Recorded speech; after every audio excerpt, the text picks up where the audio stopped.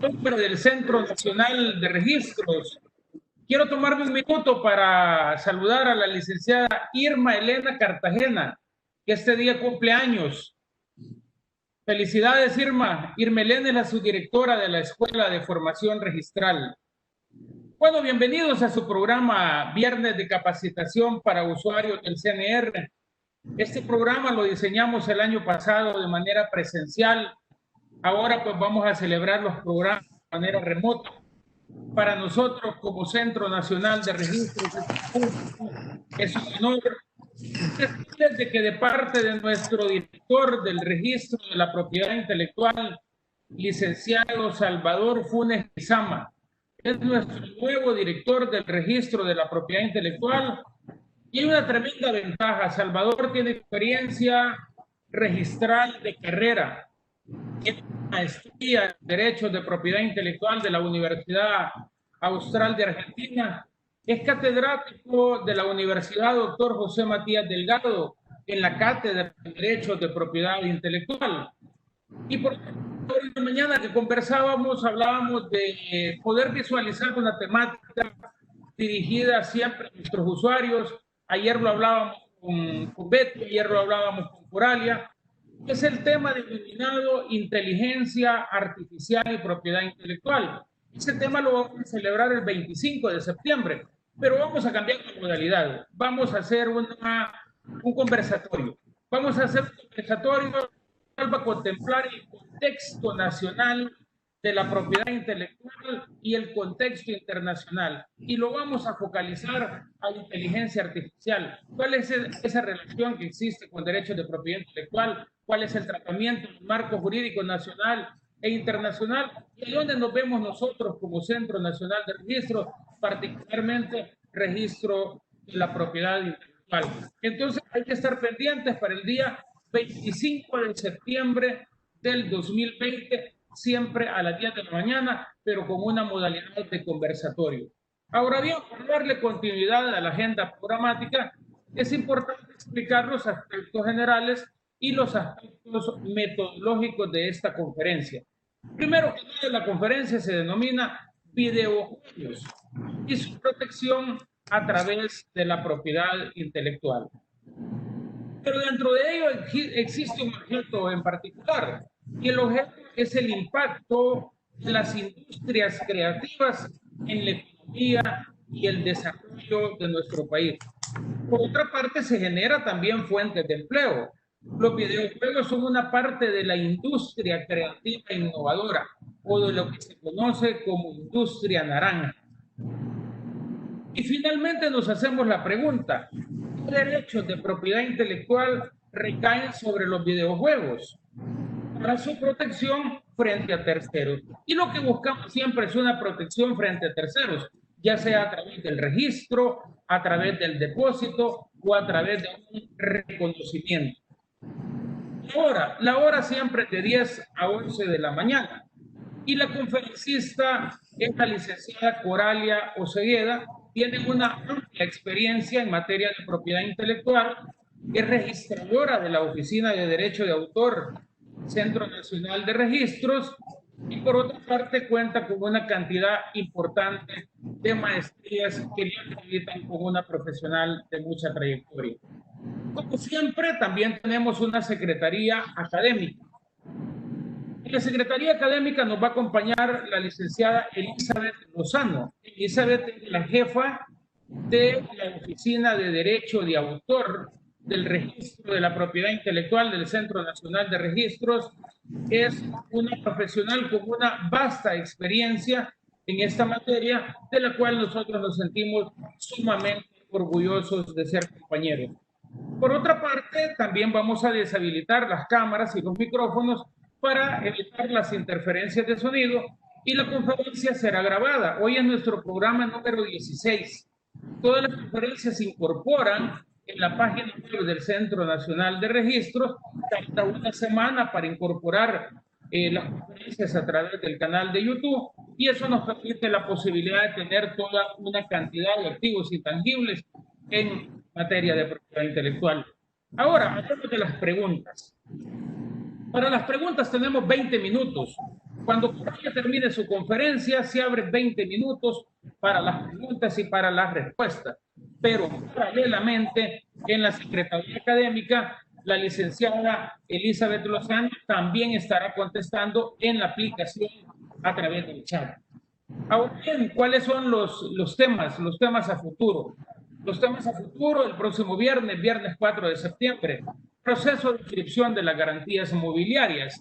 Viernes 11 de septiembre, edición de ortomosaico con Pix4D. ¿De qué registro? Del Instituto Geográfico y del Catastro Nacional. Y el viernes 18 de septiembre vamos a conversar sobre la formalidad para la celebración de la Junta de Accionistas, tema vinculado al registro de comercio. Ahora bien, hay una noticia también de cómo se va a dar una ruta de capacitaciones internacionales dirigida también a los usuarios del Centro Nacional de Registro. Hemos estado en conversaciones con el director del registro de la propiedad raíz y hipotecas, el licenciado Lizama. Con él hemos hablado con representantes de la Organización Mundial de Propiedad Intelectual y vamos a tener 3 temas para usuarios del CNR. El primero, inteligencia artificial y propiedad intelectual. El segundo, medio ambiente, agricultura y propiedad intelectual.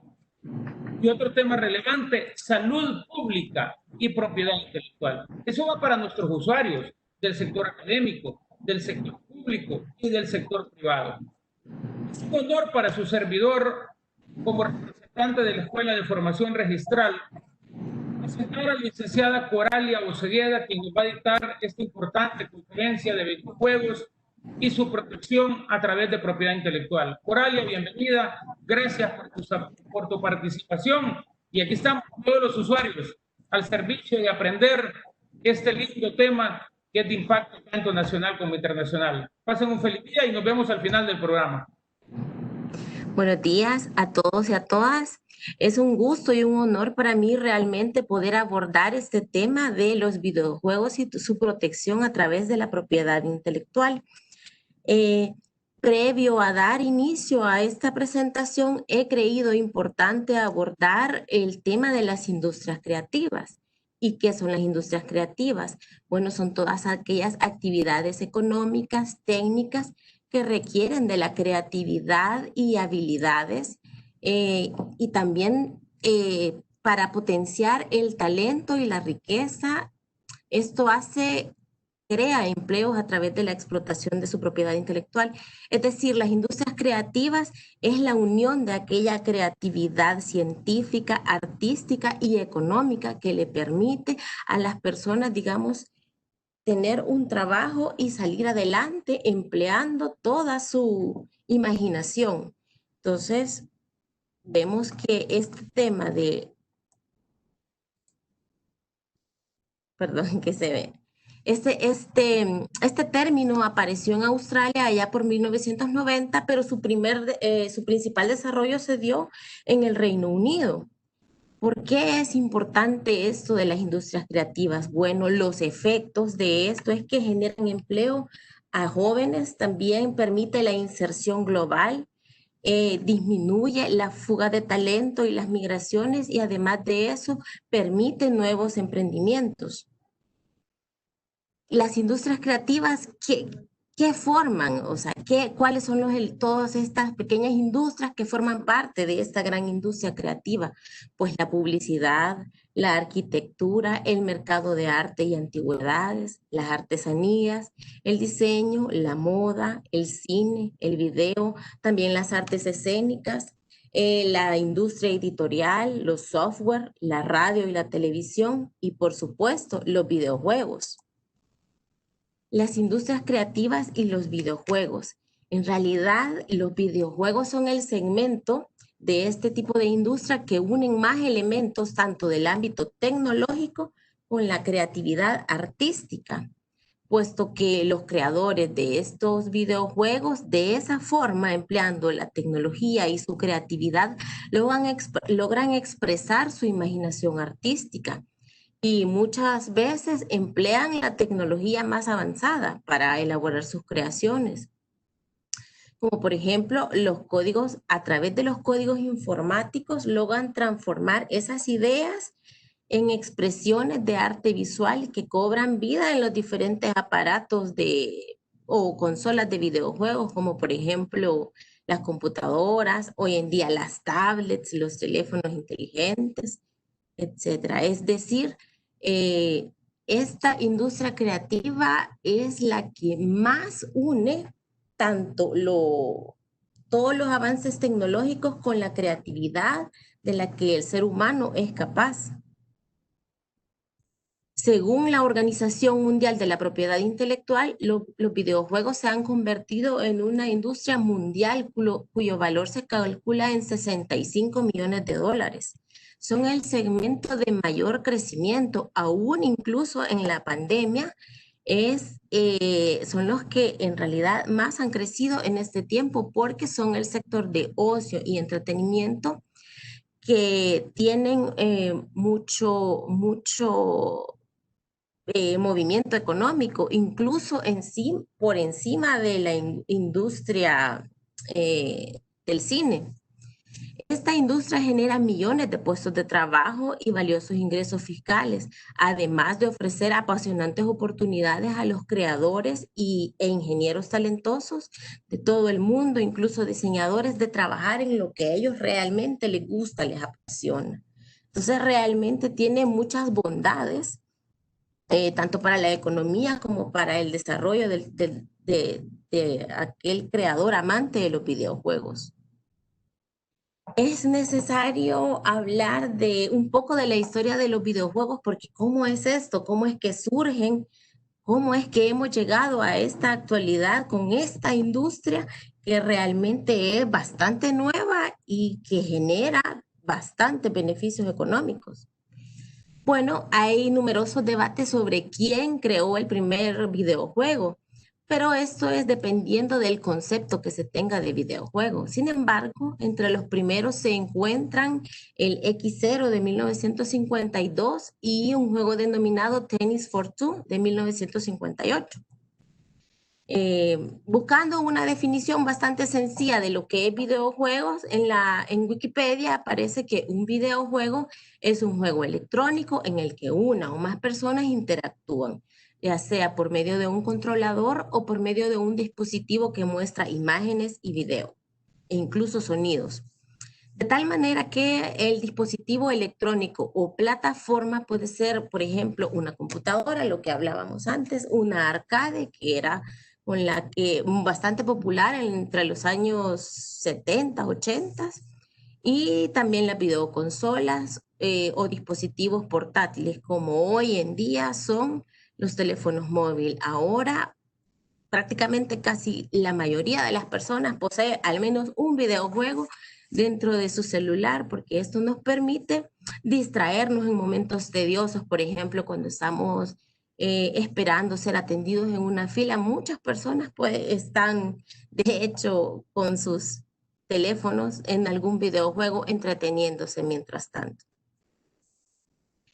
Pero, digamos, el primer videojuego, basándonos en la anterior definición, el primer videojuego que se tiene fue el Tennis for Two, que fue creado, como les decía, en 1978 por su autor, el señor Bill Higginbotham, que él se convirtió así en el primer programador de videojuegos de la historia y precursor de las consolas existentes hoy en día. Pero hay un dato curioso en la historia, porque este señor, que es el primer programador de videojuegos, él no se molestó en registrar su creación, porque él consideró que eso no lo llevaría a nada. Entonces, lo elaboró y lo presentó en muchas ferias científicas, en donde todos los asistentes realmente se mostraron interesados en el videojuego, pero él no le dio la importancia que debía en ese momento y nunca lo registró ni lo depositó en ningún lado. En 1972 arrancan ya comercialmente los videojuegos con este señor Baer, conocido como el padre de los videojuegos, porque él es el que lanza la primer videoconsola doméstica comercial denominada el Magnavox Odyssey. Es decir, él es el que inicia ya la producción en serie de estas pequeñas consolas que eran ya para tenerlas en casa.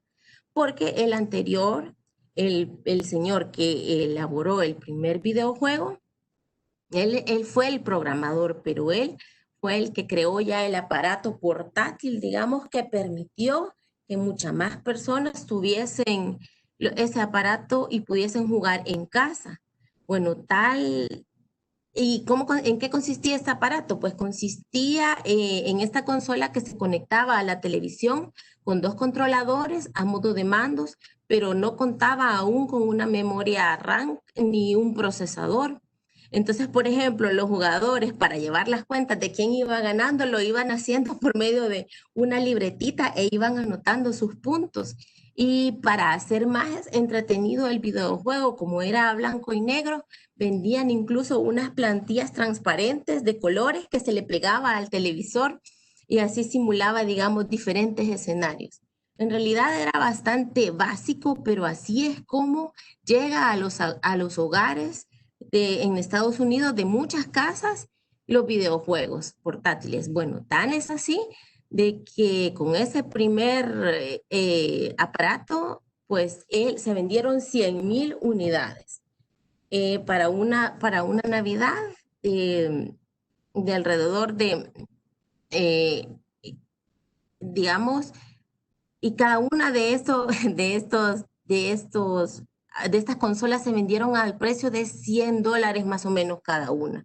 Entonces, para hacer algo, un aparato que iniciaba realmente fue muy exitoso de entrada, ¿verdad?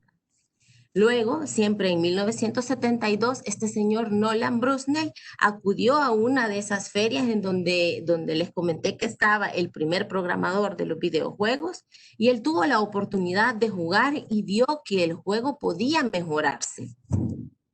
Entonces, él, aprovechando el error del señor Bill Nightingale, quien no protegió su videojuego, pues fundó una compañía llamada Atari, le hizo unas modificaciones al juego y publicó el mismo juego con el nombre de Pong.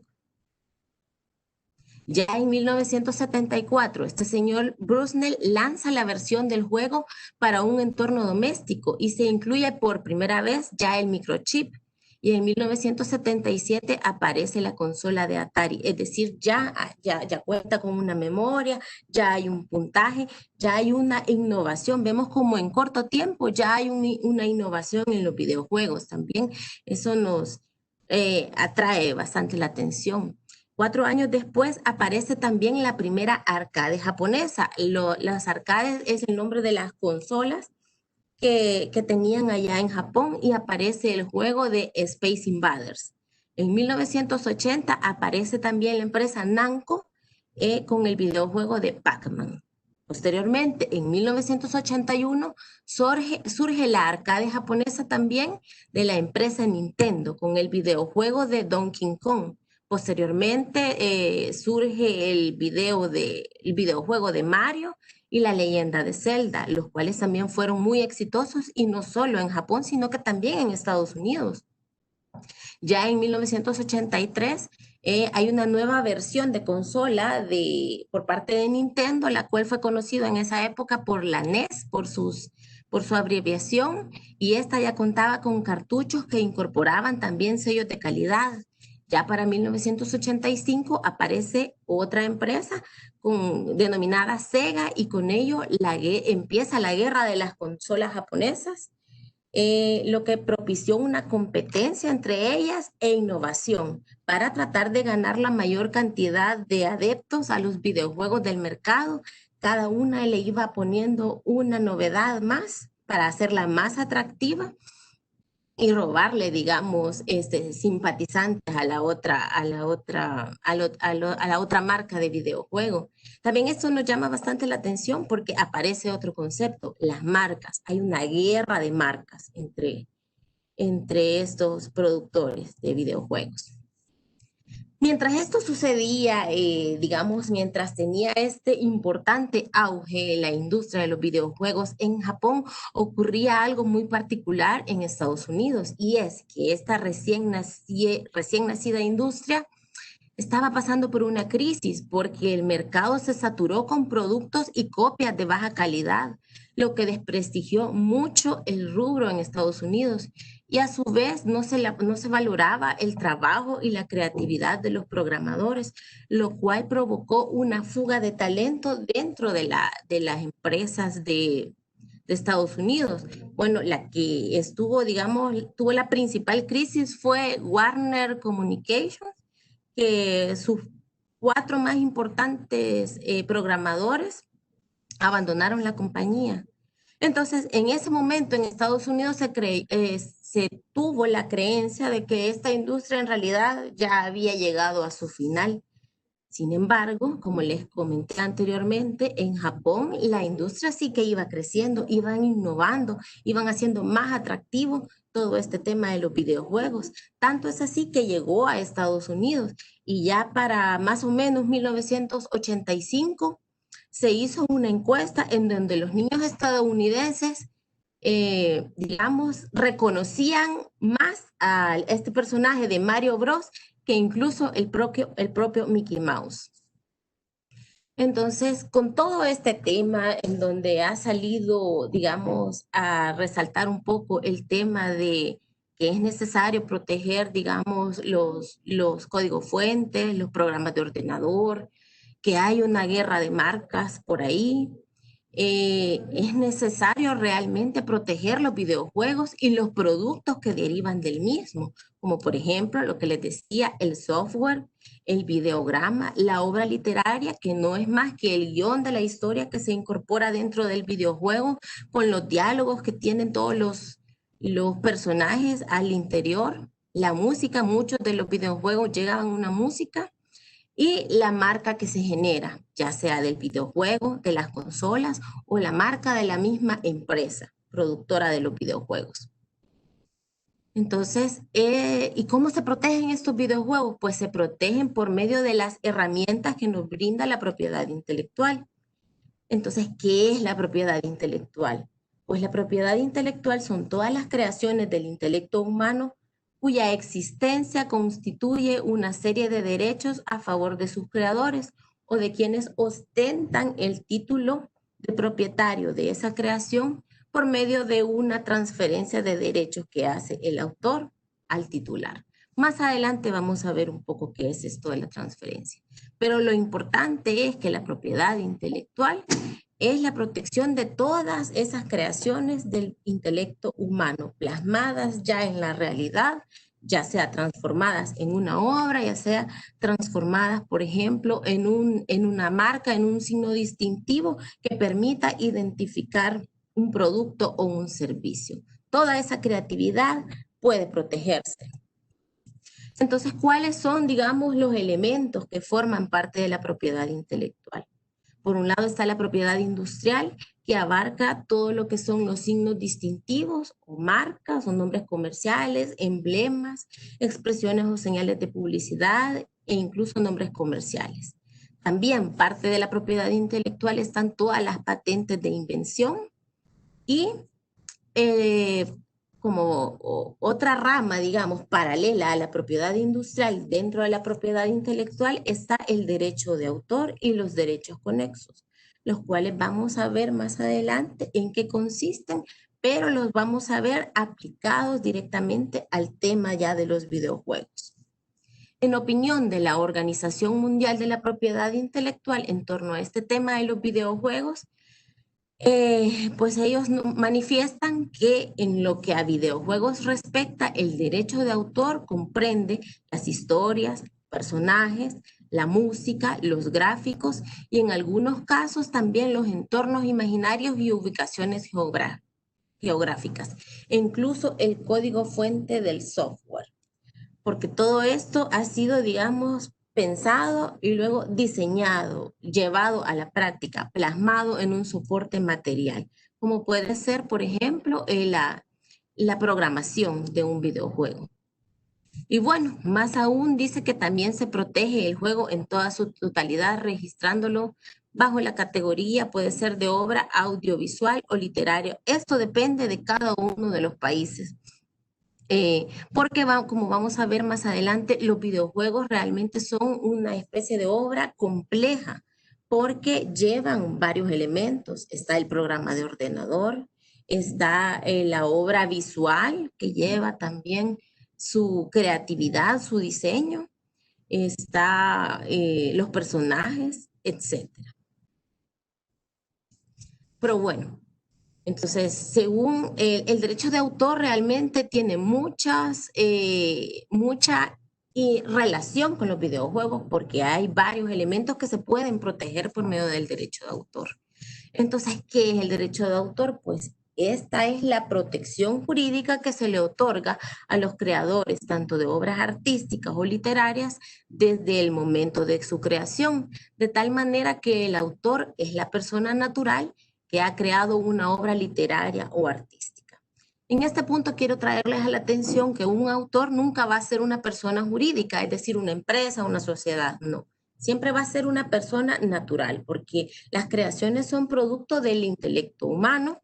Entonces, ellos van a ser los autores de las obras y la obra tiene su protección desde el momento de la creación. Sin embargo, hay un procedimiento dentro del registro de la propiedad intelectual para depositar la obra, en donde se les entrega un certificado de depósito. Y eso les sirve como una prueba preconstituida a ese creador y poder demostrarle al mundo y decir, bueno, con este documento, entre otras cosas, yo puedo demostrar que soy el autor de esta obra.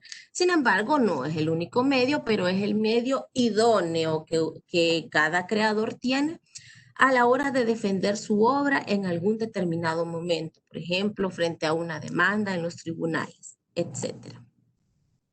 Ahora bien, ¿qué es obra? Obra es la expresión formal de una idea desarrollada en el pensamiento y plasmándola en un soporte material.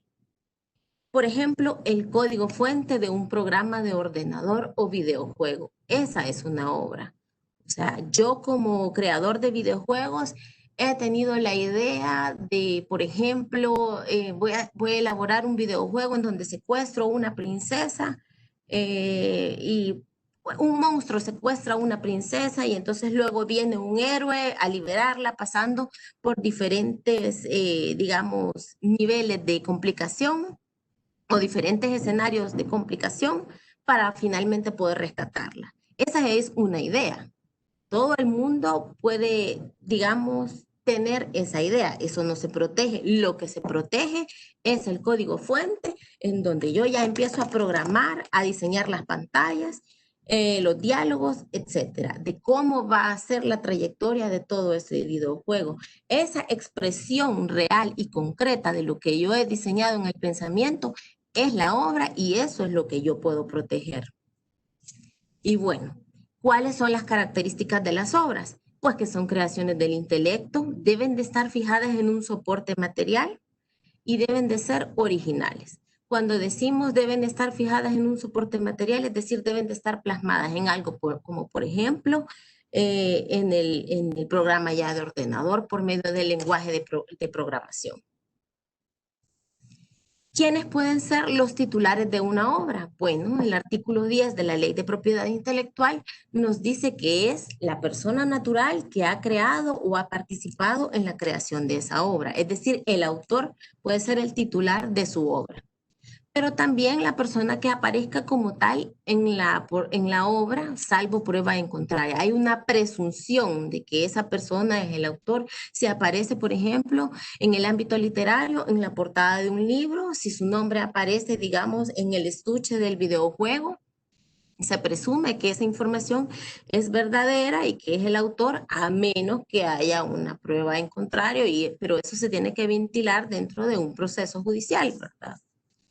Y también pueden ser titulares de una obra las personas jurídicas en cumplimiento de un contrato de trabajo.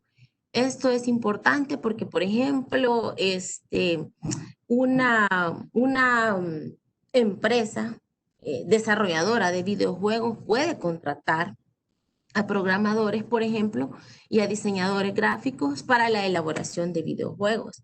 Entonces, esa es una obra por encargo. La empresa va a ser la dueña del videojuego porque es la que ha contratado a estas personas para que elaboren esa obra y se la cedan a ellos. Entonces, esta empresa va a ser la titular de los derechos económicos y de la, digamos, vamos a decir, de la explotación de esa obra, pero siempre tiene la obligación de reconocer al autor, es decir, a todas esas personas naturales que participaron en la creación de esa obra. Ellos no van a perder esa calidad de autores porque hayan cedido la explotación de su obra a esa empresa jurídica que los ha contratado para tales efectos. Aquí pongo de ejemplo al creador de Mario Bros, ¿verdad? Él es el padre de esta obra.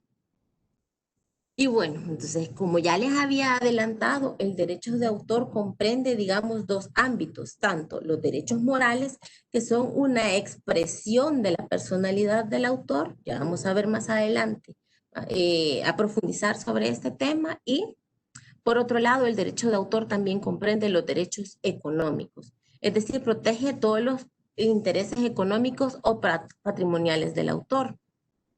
Entre los derechos morales tenemos que el autor tiene el derecho de conservar la obra inédita o de divulgarla. Inédita es decir, que él, por ejemplo, puede no publicarla, puede crear su videojuego para uso propio y si él así decide no divulgarla, no publicarla, está en todo su derecho. Además de eso, él tiene el derecho de ir reivindicar la paternidad de la obra en cualquier momento, es decir, exigir que se le reconozca como creador de la obra. También tiene el derecho de oponerse a toda deformación, mutilación o modificación que atente contra el mérito de la obra o la reputación del autor. Asimismo, tiene la facultad de retirar la obra del mercado o suspender cualquier forma de utilización, aunque ella hubiese sido previamente autorizada. Claro, esto implica una serie de, digamos, tendría que pagar, digamos, daños y perjuicios si esta acción llegase a causárselo a un tercero, pero él tiene esa facultad. Y finalmente, pues dentro de los derechos morales, el autor tiene también la facultad de modificar la obra antes o después de su publicación.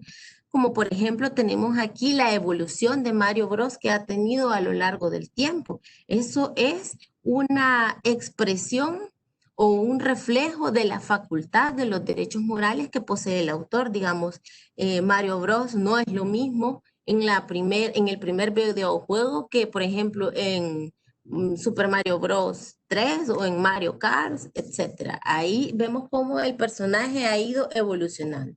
Y eso está dentro de las facultades morales del autor. Y ahora viene la parte que también a muchos les interesa, la parte de los derechos patrimoniales, y es que el autor tiene la facultad de percibir beneficios económicos por la utilización de sus obras. Y también el derecho exclusivo de autorizar o prohibir el uso de sus obras, así como reproducir la obra fijada, difundirla, distribuirla, venderla, comunicarla al público, importar o exportar ejemplares. Todo esto está dentro de las facultades patrimoniales del autor.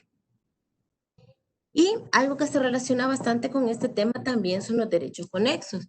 Los derechos conexos son los derechos que tienen los artistas, intérpretes y ejecutantes, los productores de fonogramas y los organismos de radiodifusión. Estos últimos sí no tienen mucho que ver con el tema, pero vamos a ver los otros dos.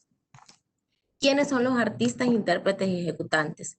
Pues que se considera que puede ser todo actor, cantante, músico, bailarín u otra persona que represente un papel, recite, declare, interprete o ejecute en cualquier forma una obra literaria o artística. Es decir, son todos los artistas que interpretan, por ejemplo, en el tema de los videojuegos, puede ser cualquier artista que interpreta una canción, pero no es el autor de la letra de la canción. ¿Y quiénes son los productores de fonogramas? Es la persona natural o jurídica que tiene la iniciativa y responsabilidad económica de realizar la primera fijación de una ejecución, interpretación o sonido en un fonograma. Es decir, son todas aquellas personas en la industria musical que permiten que la canción sea fijada en un soporte material, como lo que se conocía antes como los discos, pero ahora con el auge del ámbito digital, pues también son los que permiten, digamos, que esa obra sea plasmada en un soporte y luego pueda reproducirse en plataformas tales como Spotify, Deezer, etcétera. Entonces, estas personas que han invertido, digamos, en que un artista grabe una canción, han hecho esa inversión, ellos por grabar todas esas canciones tienen derecho a percibir un beneficio económico. Los artistas que interpretan una canción también tienen derecho a percibir un beneficio económico por esa interpretación que se hace. Y si yo dentro de un videojuego incluyo música, pues entonces, si la música no es original, debo de pagarle ese derecho económico tanto a los artistas, intérpretes o ejecutantes como a los productores de fonogramas. Entonces, por ejemplo, en este tema de los derechos conexos tenemos el videojuego del Guitar Hero, que es un videojuego que incluye música y pues es necesario respetar este tipo de derechos y más aún cuando la obra no está en el dominio público, siendo necesario la obtención de licencias que son permisos que permiten el uso del repertorio musical siempre que se haga mediante un pago. En este país, en El Salvador, muchos de los repertorios musicales están representadas por unas organizaciones que se llaman entidades de gestión colectiva. Si alguno de ustedes, por ejemplo, quiere incluir música que no es de su autoría dentro de un videojuego, debe de acudir a una de estas entidades de gestión colectiva para pedir esta licencia o autorización y poder incluir esa música dentro de sus videojuegos. Obviamente va a haber una negociación entre ellos y siempre tiene que haber un pago de regalías que le llega pues al autor de la letra, al intérprete de la música y al productor de los fonogramas. Digamos, a manera de ejemplo, en el caso de este videojuego que les mencionaba de Guitar Hero, en el cual se basa en música real, la compañía lo que hizo para ahorrarse un poco estos costos fue que pagó por la licencia de los derechos autorales, es decir, por los autores de las letras de las canciones, pero no pagó los derechos conexos de los intérpretes. Lo que hizo fue contratar una banda cover para que interpretara todas esas canciones para el juego, el videojuego este de Guitar Hero. Pero bueno, si yo quiero proteger una obra, por ejemplo, mi videojuego, ¿cómo se hace? Pues se hace por medio del depósito de obra. Entonces, vamos a ver un poquito cómo es este trámite y realmente es un procedimiento bien sencillo para solicitar el depósito de una obra, bien sea esta artística o literaria, pues el usuario debe de presentar la solicitud que está en nuestra página web, acompañándola del pago de los derechos correspondientes, que son 11.43, y presentar 2 ejemplares de la obra. Pero además de eso tenemos otra modalidad, que es que pueden presentar su obra en línea. Lo que hacen siempre se loguean dentro de la página del CNR, que es www.cnr.gov.sb. Si ustedes ya tienen su usuario como para los servicios en línea, pues entran con su usuario, si no ahí lo crean, ahí están los pasos, es bastante sencillo. Después de eso se meten en el tema de propiedad intelectual y llenan su solicitud en línea. Lo único que les vamos a pedir es que anexen el ejemplar de la obra, es decir, deben de subirla junto con la solicitud y la plataforma. El servicio es bastante expedito y bueno, es bastante amigable también, sencillo. O sea, recapitulando, lo que necesitan es llenar sus datos generales dentro de la solicitud, los datos relativos a la obra, subir los ejemplares y cancelar el pago de los derechos. Y tienen bastante rápido la protección de sus obras. ¿Cuáles son los alcances y efectos del depósito? Bueno, pues el depósito es declarativo, es un medio de prueba de los derechos, da seguridad jurídica al titular y da fe también de la existencia de la obra. Como les decía, la obra tiene protección desde el momento de su creación. Pero este certificado de depósito de obra es el documento por excelencia que demuestra que ustedes son los creadores de esas obras y les ahorran muchos posibles problemas a futuro. ¿Cuál es el plazo de protección de las obras? Pues la protección es por toda la vida del autor más 70 años después del día de la muerte de este, y ellos pueden gozar hasta 70 años, o sea, sus herederos pueden gozar hasta 70 años del pago de esas regalías que les mencionaba. Después de esos 70 años, esa obra pasa al dominio público y podrán ser utilizadas por cualquier persona respetando la autoría y la integridad de la obra. Es decir, no se le pueden hacer, digamos, alteraciones que vayan en menoscabo de la misma. Pero bueno, les mencionaba que la propiedad intelectual tenía toda una rama que era la de los derechos de autor y los derechos conexos, pero también está la propiedad industrial. ¿Y qué es la propiedad industrial? Pues son todas las creaciones del intelecto que tienen aplicación dentro de la industria y el comercio. En este caso, la protección no nace de su creación, como les mencionaba en los derechos de autor, sino que por el contrario, se necesitan ser reconocidas por una entidad para para este caso, pues, si se va a proteger algo de la propiedad industrial, debe de venirse a registrar aquí al registro de la propiedad intelectual. Y el registro es territorial, es decir, el registro de la marca que yo haga en este país solo vale en este país. Si yo, por ejemplo, voy a comercializar mi producto en el ámbito centroamericano, debo de ir a cada uno de esos países a hacer el registro de mi marca, porque el registro es territorial. Figuras de propiedad industrial reconocidas en la legislación salvadoreña, como les mencionaba al principio, las marcas, otros signos distintivos, las indicaciones geográficas, las invenciones, los modelos de utilidad y los diseños industriales. Pero no vamos a abordar todas ellas, sino que vamos a ver las que más se relacionan con este tema de los videojuegos.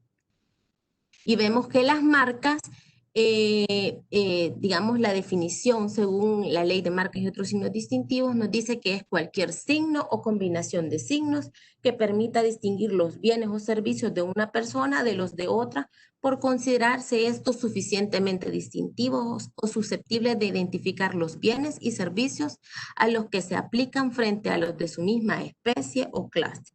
A manera de ejemplo, la marca Nintendo, Sega, Atari. Las marcas en el entorno de los videojuegos. Por ejemplo, tenemos diversas marcas. Por ejemplo, el nombre de los desarrolladores. Aquí les he puesto Nintendo, Sony Computer, Sega.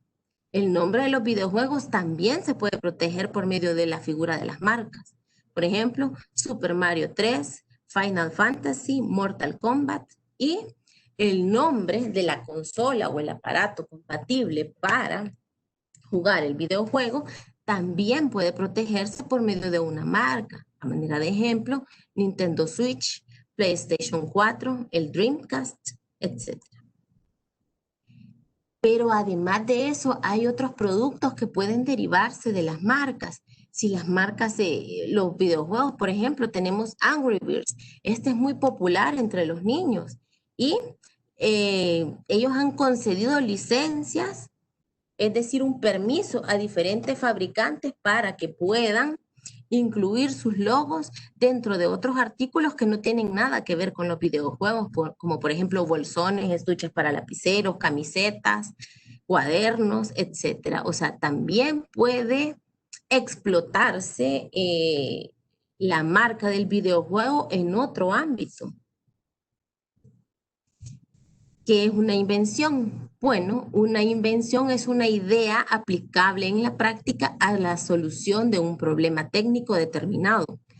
Una invención podrá referirse, por ejemplo, a un producto o a un procedimiento. Aquí a manera de ejemplo, pues les puse el teléfono, que fue una gran invención, el foco, los diferentes medios de transporte, etcétera. Cuando se obtiene la protección sobre esa invención, el Estado otorga un título que se denomina patente de invención. Las patentes de invención, digamos, se relacionan en este tema de los videojuegos con la accesibilidad más que todo, así como la evolución en la ergonomía de los controles, como por ejemplo pasar del control del Atari a otros modelos de controles que son mucho más cómodos. En esa época, muchas de las personas que eran fieles al videojuego del Atari, que pasaban muchas horas jugando con esa consola, pues empezaron a padecer de tendinitis en sus manos, porque en realidad no era tan cómodo ni ergonómico pasar horas con ese tipo de control. Entonces, a lo largo del tiempo hemos visto también cómo los controles han ido evolucionando, y esto es por un tema se ha ido protegiendo por un tema de patente, de invención. Aquí les traigo un caso muy interesante, que es que en el 2006 el Nintendo Wii revolucionó el mercado incorporando sensores de movimiento por primera vez en la historia en los videojuegos. Sin embargo, Nintendo tuvo problemas legales y perdió 10 millones de dólares como multa por haber violado una patente e incorporarla en sus controles de Wii y videojuego, porque no pidió una autorización al titular de esos videojuegos. Aquí vuelve a surgir el tema de las licencias. Esa licencia es un permiso para utilizar la propiedad intelectual de alguien más. Básicamente en eso se resume. Entonces, Nintendo, esta gran empresa, pues no pidió una licencia al creador de esa otra invención y lo incorporó dentro de su nueva consola de videojuegos. La Corte Federal de Apelaciones de Estados Unidos sostuvo que la compañía japonesa copió el sistema de sensores de movimientos de la compañía eLife, que usaba su tecnología para monitorear bebés en la prevención de muerte súbita y caídas de adultos. El jurado de Dallas determinó que el control de Wii violó esta patente de eLife.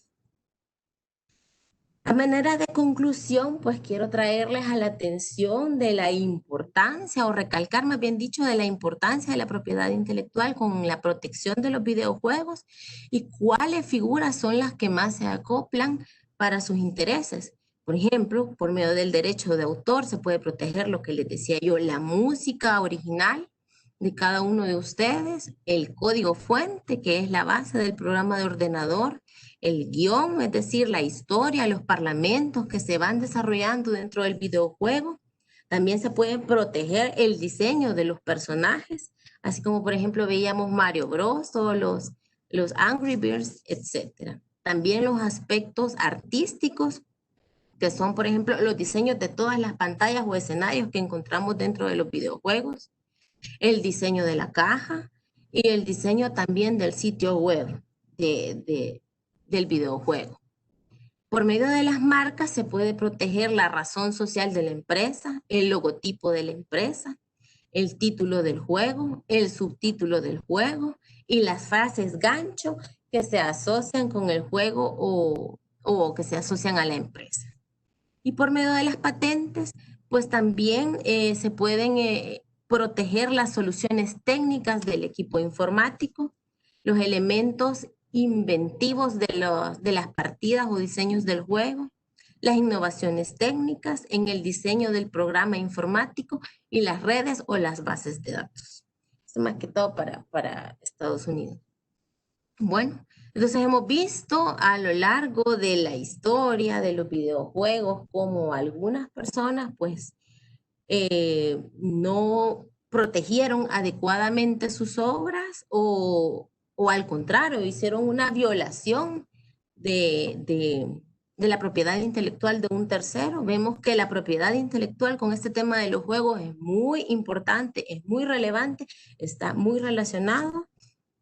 Y bueno, sé que ahorita han estado haciendo bastantes preguntas en el chat, por cuestiones de tiempo, creo, vamos a cumplir dándoles respuesta a todas ellas, pero digamos que con esto doy por finalizado el webinar y ha sido un gusto poder estar compartiendo con ustedes. Más bien dicho, doy por finalizada mi participación, ¿verdad?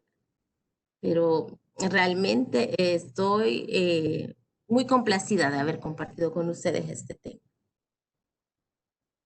Así que vamos a darle respuestas también. No sé si vamos a abrir también aquí a un espacio de preguntas y respuestas también que quieran hacer por video. Los invito a que hagan sus preguntas.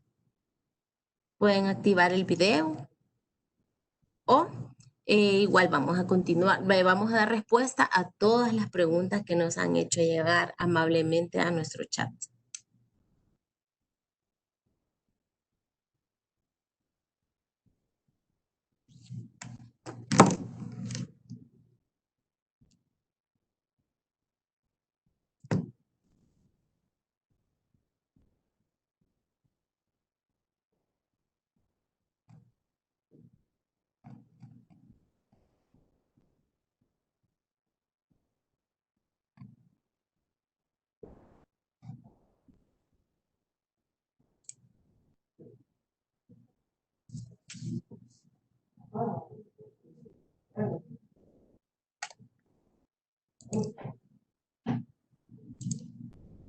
Bueno, creo que no tenemos preguntas ahorita por video, pero sí hemos tenido bastantes preguntas por medio del chat. Entonces sí, ahora con esto pues doy finalizada mi participación en el webinar.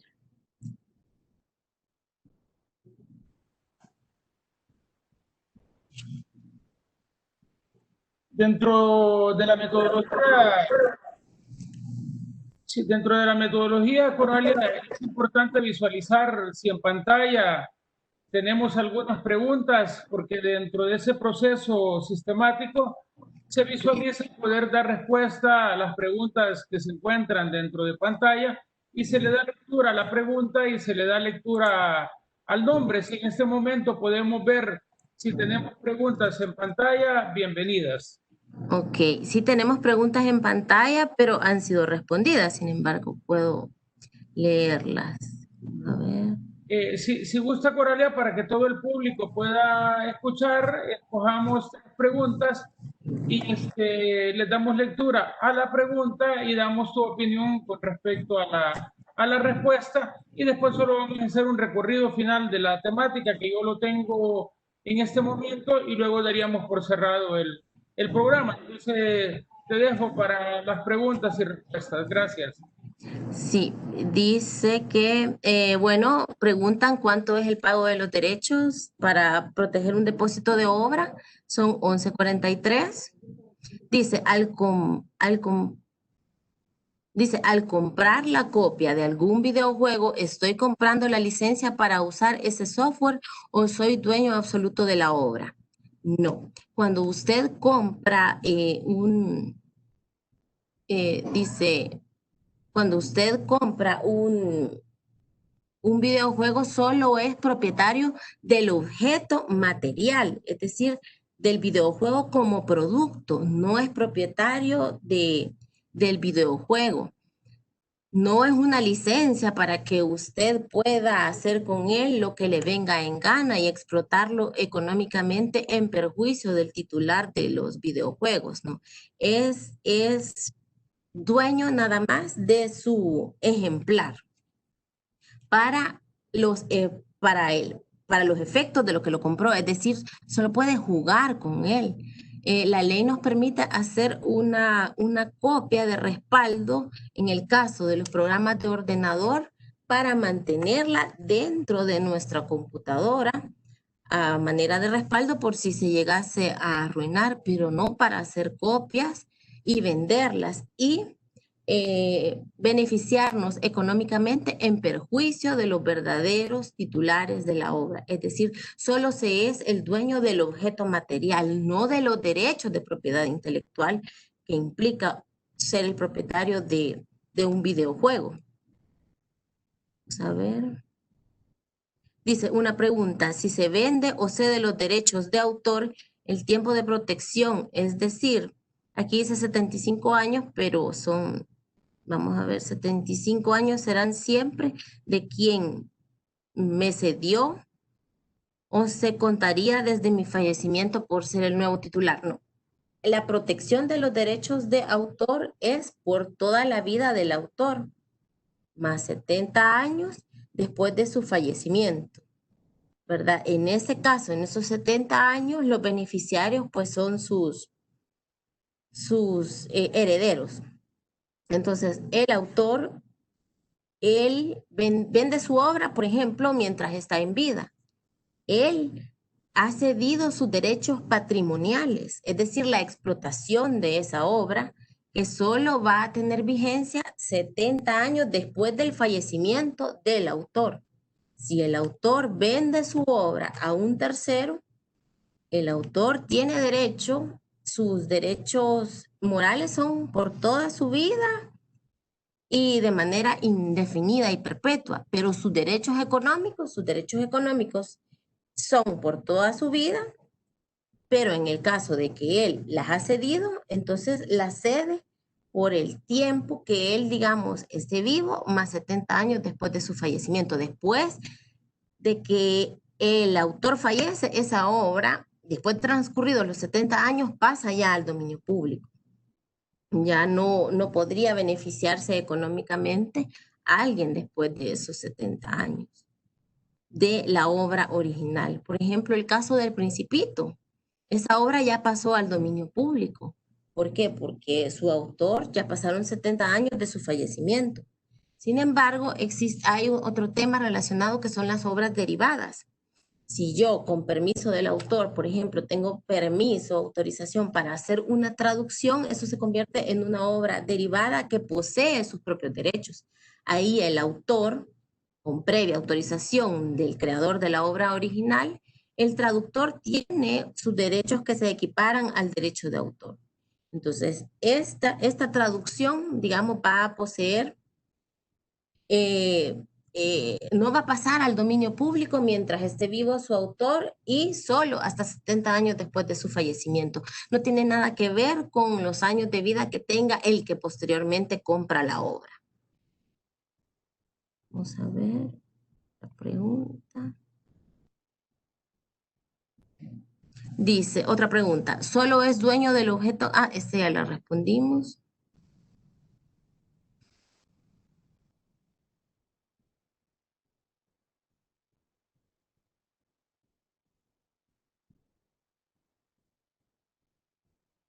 Otra pregunta, si la empresa de videojuegos quiere crear una nueva consola, necesita, dice, de elementos electrónicos donde las patentes estén a nombre de otras empresas. ¿Necesita la autorización correspondiente o basta con la compra de estas para su implementación creativa? El tema de las patentes, la protección es de 20 años. Después de eso sí pasan al dominio público y pueden emplearse. Hay patentes que ya caducó su periodo de protección. La patente decimos que es el título que otorga el Estado durante ese periodo para que solo el creador o titular de esa invención pueda explotarla. Mientras la patente esté vigente, debo de pedirle una autorización al titular para poder utilizar esos elementos dentro de, por ejemplo, mi videojuego. Si ya esa invención no goza de la protección de los 20 años que otorga el título de la patente, pues sí se puede emplear si no está protegida o vigente acá en el país. Es importante en este tema todo lo relacionado a los contratos de licencia. Si las patentes están vigentes, pueden acordar o negociar una licencia para implementar, digamos, esa tecnología dentro de sus videojuegos y así estar respetando la propiedad intelectual de terceros.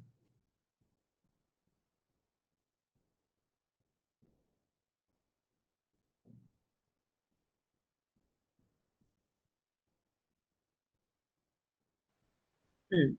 Coralia, aprovecho para hacer unas preguntas que me han llegado también a través de Okay. teléfono celular. Es importante ver el siguiente esquema de preguntas. Dice, buen día, es un gusto saludar. En caso de que tengo un videojuego que lleve incorporado, por ejemplo, una producción musical de otro autor, al depositar este, entiendo que están haciendo la relación y la vinculación entre la producción musical y el videojuego. Si gustas, Ujú. contestas esa y luego hago la siguiente pregunta. Sí, claro. En el caso de que dentro de los videojuegos vayamos a incorporar música que es de un tercero, acá en El Salvador lo conveniente es acercarse a las tres entidades de gestión colectiva que existen.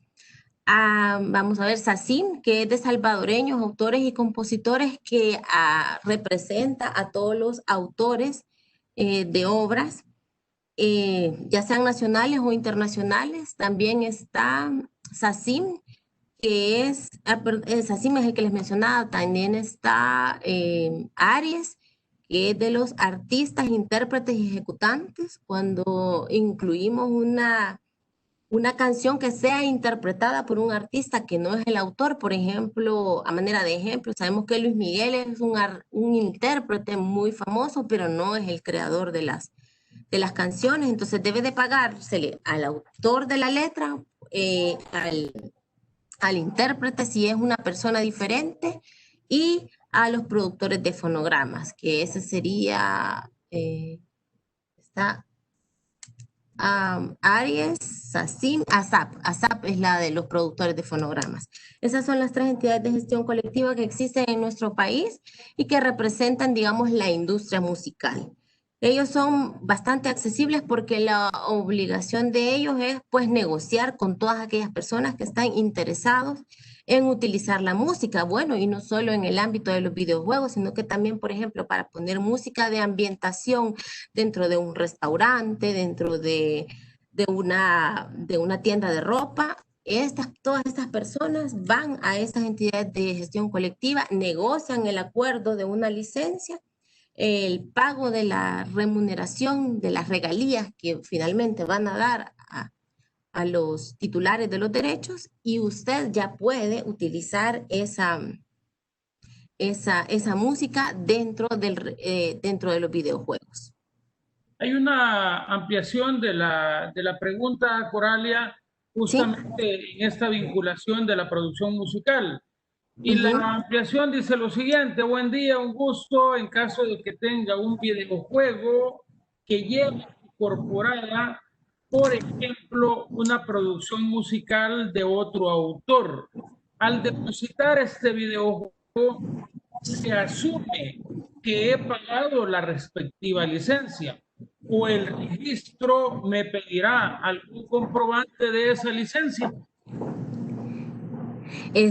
Bueno, cuando nosotros, en la labor del CNR, en principio, no es evaluar el contenido de la obra o la naturaleza. La figura del depósito de obra es algo similar como una declaración jurada.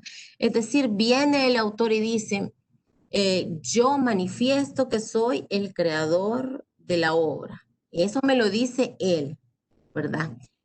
Sin embargo, por eso dice que el certificado de depósito es la prueba idónea, pero no es la única para comprobar la titularidad de los derechos.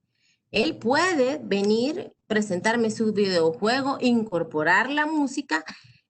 Como nosotros no entramos a ver realmente, a evaluar el fondo de la obra, podría incluso no advertirse que existe, que han incorporado esta obra de un tercero. Si la obra es famosa y es evidente que la están empleando, nosotros sí le vamos a pedir el acuerdo de licencia. Pero si es algún tipo de música, por ejemplo, de un autor que no es conocido, por ejemplo, en este país, a manera de ejemplo, incluye música, digamos, japonesa, que nosotros no podríamos no advertir, este, podría dársele incluso el certificado de depósito, pero eso no lo acredita a él como que es titular de esa música, porque eventualmente él sí podría tener una demanda en un tribunal y ahí en el tribunal le van a pedir que muestre también sus licencias. Entonces, digamos, a manera de conclusión, ¿sí? Si nos presentan un videojuego que incluye música, por lo general nosotros le vamos a pedir la licencia o la autorización o que manifieste si es el autor de la música, pero no es obligación de nosotros entrar a conocer el fondo, el asunto, la obra en sí. El autor del videojuego, para protegerse a sí mismo frente a demandas futuras, es el que debe de contar con esas licencias, porque él es el que se va a ver implicado en un problema que le va a repercutir económicamente de una forma desfavorable. Él debe de contar con esas licencias, bien sea para presentar la obra aquí o para comercializar su juego. Definitivamente que es necesario que haga ese trámite para protegerse a sí mismo de una demanda a futuro. Coralia Claudia Hernández nos pregunta que si puede heredar su propiedad de una obra literaria. Sí, el autor, como decíamos, sus derechos duran toda la vida del autor más 70 años después de su fallecimiento. El autor sigue siendo el autor de la obra, pero sus herederos pueden beneficiarse económicamente de esa obra hasta por 70 años.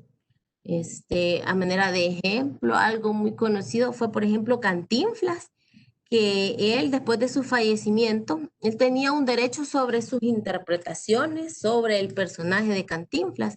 Y bueno, se ventiló por los medios de comunicación que sus herederos todos estaban peleando entre todos por cobrar esas regalías. Durante esos 70 años, sus familiares pasaron, digamos, peleando bastante eso.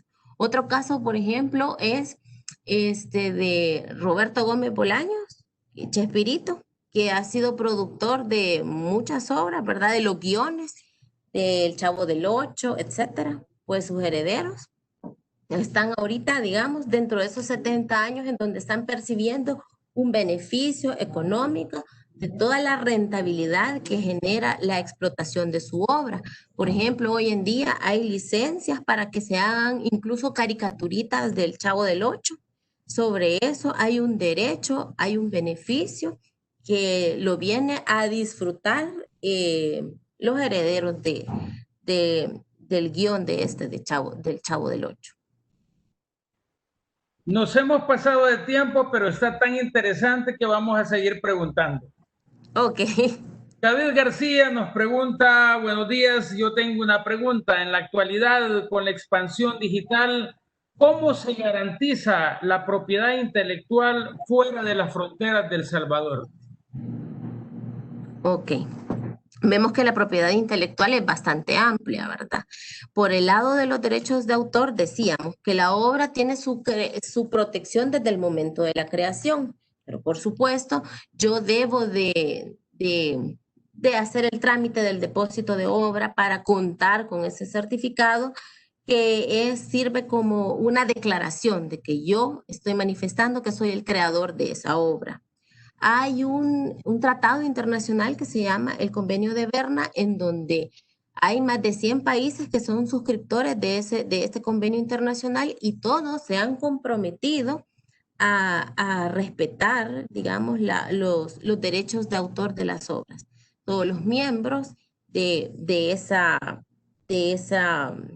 ese tratado. Entonces, cuando yo hago un depósito de obra acá en El Salvador, el depósito de la obra es territorial, solo lo estoy depositando acá en El Salvador.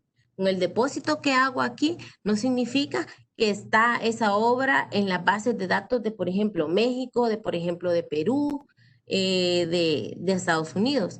El depósito, como es territorial, si yo, por ejemplo, voy a incursionar en mercados de otros países, lo más conveniente es que me aboque a cada uno de esos países también a sacar mi depósito de obra. Sin embargo, aunque yo en esos países no cuente con el depósito de obra, en virtud del convenio de Berna, si ese país es suscriptor, yo puedo invocar la protección que se establece como, digamos, a manera de compromiso dentro de ese convenio, pero sí la protección es territorial, igual en el caso de las marcas.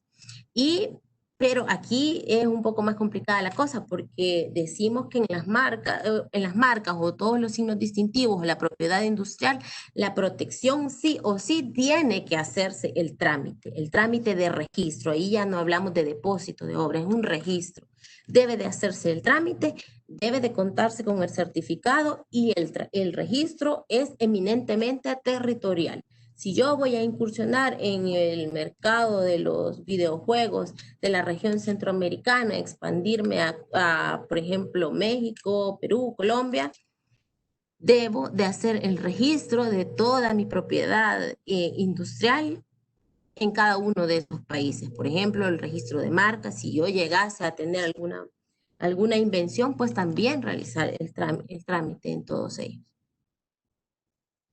Tengo otra pregunta de David Montano. Dice, buenos días. En caso de usar un software de código abierto, como por ejemplo Unreal Engine, la persona en realidad está libre de cualquier pago por este software o existe algún porcentaje implícito. Aquí con el tema de, por ejemplo, de los códigos abiertos o de los Creative Commons, por ejemplo, en las plataformas de Creative Commons tengo, digamos, el derecho de utilizar las obras que están ahí subidas, pero ahí me aparecen las diferentes licencias en las cuales yo me suscribo. Por ejemplo, que debo de respetar siempre al creador de la obra en la cual me baso y debo de reconocerlo, o por ejemplo de compartir igual, ahí dependiendo de la licencia a la que me suscribo. Eso es como un ámbito, digamos, paralelo, digamos, al derecho de autor. O sea, el derecho de autor es como un semáforo en rojo, en donde le dicen de que todo lo que no deben de hacer los terceros porque yo tengo como el monopolio de la protección de mi obra. Pero si luego yo ocupo el otro tipo de plataformas, ahí debo de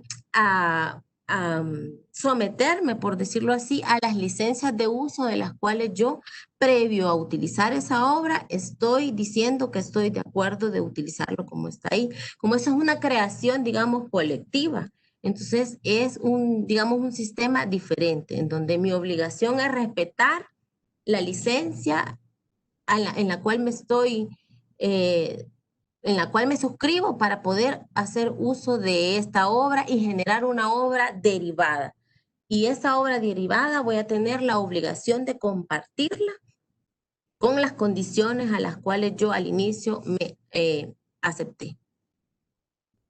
Siguiente pregunta que es sumamente interesante. Cristian Guerra Iglesias nos pregunta, ¿habrá algún inconveniente si un desarrollador de videojuegos incluye entre sus personajes a personajes de la mitología y folclore salvadoreño, como el Cipitío, por ejemplo? Ok. Bueno, de hecho me parece que hay un videojuego que incluye al Cipitío, pero Cipi creo que se llama, algo así se llama. O sea, como esto es parte de nuestros conocimientos tradicionales, ¿verdad? Alguien no se puede apropiar del Cipitío como autor de él mismo, porque es parte de nuestros conocimientos y expresiones culturales de nuestro país. Entonces, se puede utilizar, pero lo que no pueden es apropiarse de él. Entonces, de una manera muy inteligente, esta persona que creó el videojuego del Cipitío le hizo como una abreviación al nombre, es como Cipi, o sea, es obvio que está evocando el cipitío, se trata del cipitío, que es parte de nuestra cultura, de nuestros conocimientos tradicionales, pero eso no lo hace a él propietario del personaje histórico del cipitío, pero sí es propietario del diseño de su personaje que él ha creado y de su videojuego. Entonces sí lo puede utilizar, pero como les decía, haciendo como su propia versión para el videojuego. Coralia, ¿Sí? gracias por esta oportunidad de poder desarrollar un tema tan interesante para nosotros en nuestra calidad de usuarios y también para el Centro Nacional de Registro, que también tenemos personas conectadas de nuestra institución. Gracias a Elizabeth, gracias a Salvador, a Luis, que hacen posible este programa. Y por otra parte, también quiero brindar en nombre del Centro Nacional de Registros un saludo especial al Instituto Nacional de Defensa de la Competencia y de la Protección de Propiedad Intelectual del Perú, al INDECOPI, que se han conectado también con nosotros. Agradecerles profundamente por estar compartiendo estos conocimientos. Y yo creo que toda esa ruta que hemos tratado de dar a conocer en cuanto al tema de videojuegos y cómo se vinculan con los derechos de propiedad intelectual, nos ha permitido conocer justamente lo que son las industrias creativas, por otra parte, cuáles son los efectos de las industrias creativas y sus beneficios, cuáles son particularmente aquellos segmentos o las aristas o los escenarios que se desarrollan en las industrias creativas y cómo se focaliza en los videojuegos. Por otra parte, también hemos hablado de la industria creativa directamente en una relación con el avance tecnológico y con la creatividad y que tiene un segmento de mucho impacto. Es historia justamente de los videojuegos. Hemos hablado desde 1972, allá cerca de 1985, y allí se dan elementos bien importantes de lo que tú has dicho, Coralia, porque hemos hablado de la innovación, de la empresa, de la competencia, de la compra, de la venta, de la oferta, de la inversión, de las marcas. ¿Y eso qué significa? Eso significa todo un desarrollo económico de país y que hay una línea de oportunidad. Hemos hablado también de la industria de los videojuegos en Japón, en Estados Unidos, y luego lo vinculás a los derechos de propiedad intelectual explicando qué es la propiedad intelectual, sus divisiones, sus clasificaciones, qué es el derecho de autor, a dónde se vincula el derecho de autor en la territorialidad. Ahora bien, también me encanta de que se explica todo lo relativo a la titularidad, a la propiedad industrial, a los derechos conexos, explicando la parte relativa a los artistas, intérpretes y ejecutantes, a los productores de fonograma, y nos venimos aterrizando al depósito de la obra.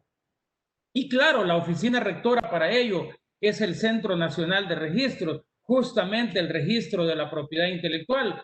Y si queremos tener exclusividad, si queremos tener activos, queremos tener un abanico de intangibles, hay que hacer el proceso de depósito, hay que hacer el proceso de registro. Entonces, en ese sentido, me ha gustado ese recorrido que hemos llevado, explicando cada uno de los segmentos del universo de los derechos de propiedad intelectual y particularmente los videojuegos.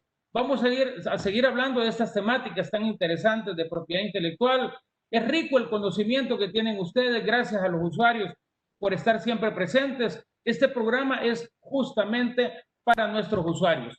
Todo el público académico, todo el público privado y todas las instituciones de gobierno que se vinculan con derechos de propiedad intelectual. Hay que seguir utilizando los canales del contacto CNR, de los servicios en línea. El próximo tema de propiedad intelectual, el licenciado Salvador Funes Lizama nos va a dar a conocer cuáles son las proyecciones del registro de la propiedad intelectual. Vamos a estar pendientes de ese próximo tema e invitarles para el próximo viernes. El próximo viernes tenemos varios temas que vamos a publicitar que van dirigidos a nuestros usuarios, tanto a nivel nacional como a nivel internacional. Revisen la página web del CNR. Gracias por participar. Gracias a nuestro equipo coordinador, tanto del registro de la propiedad intelectual y de la Escuela de Formación Registral, a nuestras autoridades, a la licenciada Tania Cortés, nuestra directora ejecutiva, y al licenciado Constantino Pérez, nuestro subdirector.